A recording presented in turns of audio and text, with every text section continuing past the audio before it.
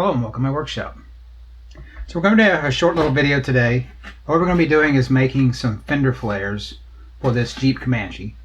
So I'm going to be making these to look just like or close to like the Notch Customs fender flares. And those are pretty beefy, wide fender flares. They're somewhat simple, but I think they're going to look really good with this body style. Anyway, let's get started.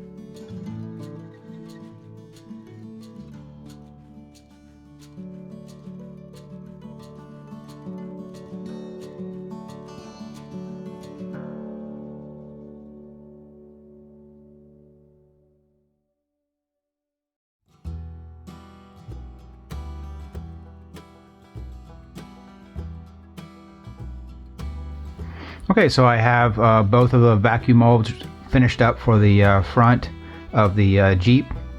And the first one I ended up using the Sculpey, and it is a heat activated kind of a clay. And it worked really well to sculpt it, and that part was fine, but such a small amount right there ended up just constantly breaking off. I was having to constantly like super glue the pieces back on. So I went with the other one. I used a really soft wood here. It's kind of like a balsa. I'm not really sure if that's exactly what it is, but it's pretty close to that. And that just held better. It's a little bit harder to mold because I had to, you know, shape it, offer it up, shape it, offer it up. Whereas this, you put it up there and packed it in, pulled it away, and you're done. But anyway, I think that in overall it worked really well. And both of those, you know, have the good profile. I'm pretty much going to make a very similar one for the rear. You know, it's going to have this sharp edge profile, flat on the front, you know, a little bit pretty much flat on the top, just everything rounded over. It's just going to be shaped for the rear. So just need to continue on and get the rear ones done. All right, let's get to that.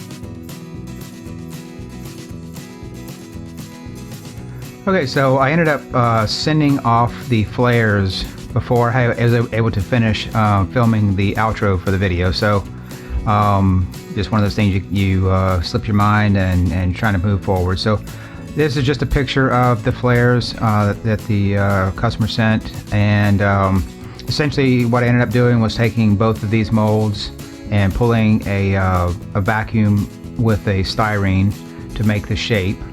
I tried a couple different thicknesses and ended up going with a 40 thousandths and a really hot mold, and I was able to get it pulled down really good, and that's still plenty thick enough for what you need to do, especially with the shapes these end up being. So anyway, I'm glad these are worked out as well as they did. Still got a lot more work to do. Several really cool projects coming up. So till then, we'll see you in the rocks.